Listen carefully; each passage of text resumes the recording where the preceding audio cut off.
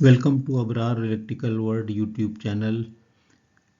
जैसा कि मैं आपको बताता हूँ कि ये प्योरली एक सिर्फ नॉन कमर्शियल एजुकेशनल एक्टिविटी है फॉर आवर इंजीनियर्स फील्ड में हो या फाइनल ईयर या थर्ड ईयर में पढ़ रहे हों, सबके लिए फ़ायदेमंद है। तो आप इसको अगर शेयर कर देंगे और लोगों को बता देंगे तो समझे सबका फ़ायदा ही होगा। इसमें मेरा कोई फ़ायदा नहीं है, क्योंकि इतने व्यूवर्स के लिए मैं टारगेट नहीं कर रहा हूँ कि मुझे कोई पैसे मिलेंगे इससे। वो तो मिलते हैं जो लतीफ़े हों या कोई और इंटरटेनमेंट की बातें हों। इस इस मजमून पे कोई व्यूवर्स नहीं आने इतने। तो ये जो टॉपिक है आज का सामने आपको नज़र आ रहा है, what is surge impedance loading of A 132 kV overhead underground line. मैंने इससे पहले एक छोटी सी वीडियो लेक्चर इस पे किया हुआ है सर्ज इम्पीडेंस के ऊपर। यहाँ पे थोड़ा सा मैं डिटेल में जाके एग्जांपल भी सॉल्व करूँगा, क्योंकि ये चीज़ ऐसी है, नेगलेक्टेड है, लेकिन है बड़ी इम्पॉर्टेंट। तो आगे चलते हैं। देखें, मैं आपको फिर से रिवाइज भी करा दूंगा, लेकिन बहुत लंबी वीडियो नहीं होगी, जैसे कि मेरी हमेशा से स्ट्रेटजी है कि छोटी छोटी वीडियो। तो आगे चलते हैं। सर्ज इम्पीडेंस और फिर एसआईएल। एसआईएल क्या है? सर्ज इम्पीडेंस लोडिंग, यानी दो चीज़ें इसमें हम कवर करेंगे। सर्ज इम्पीडेंस क्या है और सर्ज इम्पीडेंस लोडिंग क्या है, और एक दो एग्जाम्पल भी लेंगे। तो देखिए, जब इसमें लिखा हुआ है उसको पढ़ लीजिए आप, लेकिन आपको ये मालूम है कि जब भी कोई लाइन ओपन सर्किटेड हो, आप एक ग्रिड से लाइन ऑन करते हैं और फिर ऑपरेटर को कहते हैं कि दूसरे एंड से ऑन करें, तो अक्सर वो आपको कहता है कि वोल्टेज जो है वो हमें हाई मिल रहे हैं। तो ये आपको पता है फ्रंट इफेक्ट होता है कि लाइन में कैपेसिटेंस होती है, ख़ासतौर पे लंबी लाइन है, और अगर वो लाइटली लोडेड है तो भी हाई वोल्टेज मिलता है। लेकिन अगर एक एंड से ऑन किया दूसरे एंड से ऑन करने जा रहे हैं तो भी आपको हाई वोल्टेज मिलता है। तो ये जो सर्ज इम्पीडेंस है, ये इसके अंदर एक बेसिक अजम्पशन ये किया जा रहा है कि जो रिसीविंग एंड का वोल्टेज है उसको बराबर रखना है सेंडिंग एंड वोल्टेज के। तो अब ये जो है कम या ज़्यादा जो वोल्टेज ज़्यादा मिल रहा है और नो लोड पे, तो इसको कम कैसे होगा? ये कम होगा जैसे ही आप ऑन करते हैं, और ऑन करने के बाद आप देखते हैं लोड आता है, लोड आने के बाद इसका वोल्टेज जो था वो कम होने लगता है, और वो थोड़ा कम हो जाता है, लेकिन वो उसके बराबर नहीं होता है सेंडिंग एंड का। सेंडिंग एंड का फिर भी ज़्यादा है, और ये ड्रॉप होगा लाइन के अंदर, और इसके बाद ये कम वोल्टेज आपको मिलेगा, लेकिन रेंज में मिलेगा, वर्केबल रेंज होगी। तो अगर मैं इस तरह करूं कि मैं लोड को इतना बढ़ाऊं सिर्फ कि बढ़ते बढ़ते वो जो मेरा रिसीविंग एंड का वोल्टेज था वो सेंडिंग एंड के बराबर हो जाए, सिर्फ उतना ही लोड रखूं मैं, ज़्यादा लोड ना दूं उसको, इतना बढ़ाऊं लोड को। हम ग्रेजुअली लोड को इतना बढ़ाएं कि जो बढ़ते बढ़ते वो जो लाइन के ऊपर जो करंट है उसकी वजह से ड्रॉप होगा रिएक्टिव, और जो कैपेसिटिव ड्रॉप पहले से था वो बराबर हो जाए। इसका मतलब है कि असल में अगर आप देखें टर्म में, तो हमने क्या किया है कि एल और सी यानी कि इंडक्टेंस और कैपेसिटेंस को एक ऐसी वैल्यू तक हमने लोडिंग की जिस पे दोनों बराबर हो जाएं। तो उसके बाद अगर आप z निकालेंगे तो सामने लिखा हुआ है z बराबर होगा अंडर रूट एल ओवर सी।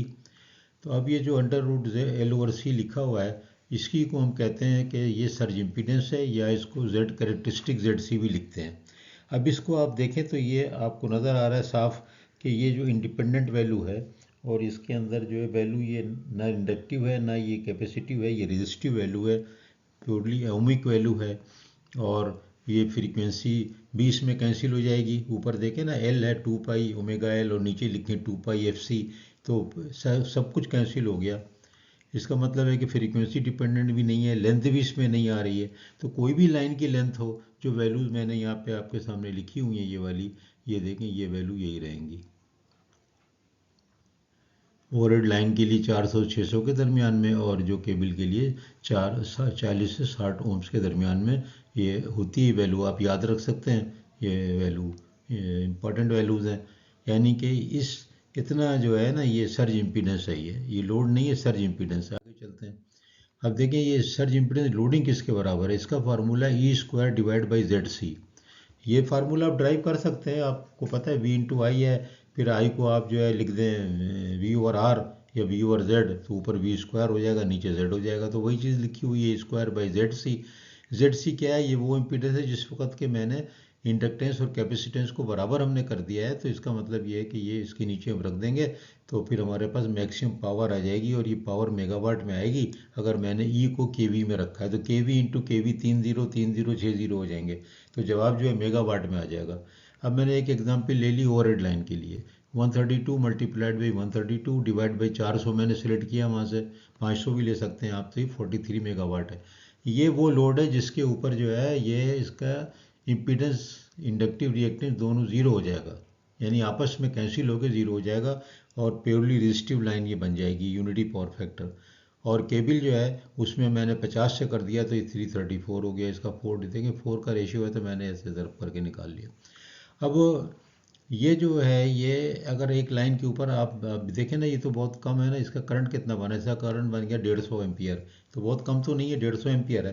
फर्ज करो आपने 200 एम्पियर चलाया, अब 200 एम्पियर जब चलाया यानी कि लोड को आपने बढ़ा के इसको कर दिया, फर्ज करो कि 250 एम्पियर चलाया, 50 मेगावाट कर दिया, 50 मेगावाट अगर आपने किया उसका तकरीबन 250 मेगावाट हो जाएगा।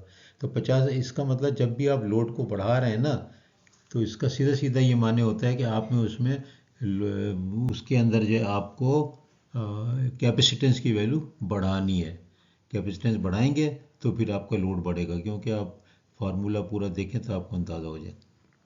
तो जो भी आपकी लोडिंग बढ़ाते हैं आप, SIL से ज़्यादा लोडिंग करते हैं, तो फिर आप इसका मतलब ये होता है कि आपको उसके अंदर इम्प्रूवमेंट के लिए कैपेसिटर ऐड करने चाहिए या ऐड करने होते हैं। तो ये इसका टोटल एक कंसेप्ट है, बड़ी इंपॉर्टेंट बात है। बज़ाहिर तो इतनी नहीं यूज़ में आती, ना ही आपको सुनने में मिलती है, लेकिन इसका बहुत इंपॉर्टेंट चीज़ है, तो इसको ज़हन में रखें। फार्मूला मैंने बता दिया, इम्पीडेंस क्या होता है बता दिया, उसका इफ़ेक्ट क्या होता है बता दिया, 2 एग्जांपल भी दे दी। तो ये बहुत मुफीद आपके लिए लेक्चर होगा, इसको सबको आप शेयर कर दिया करें, जो लोग सुनते हैं देखते हैं वो ज़रा बता दें और लोगों को तो फ़ायदा ही होगा उनका, मेरा कोई फ़ायदा नहीं है, ये ध्यान में रखें।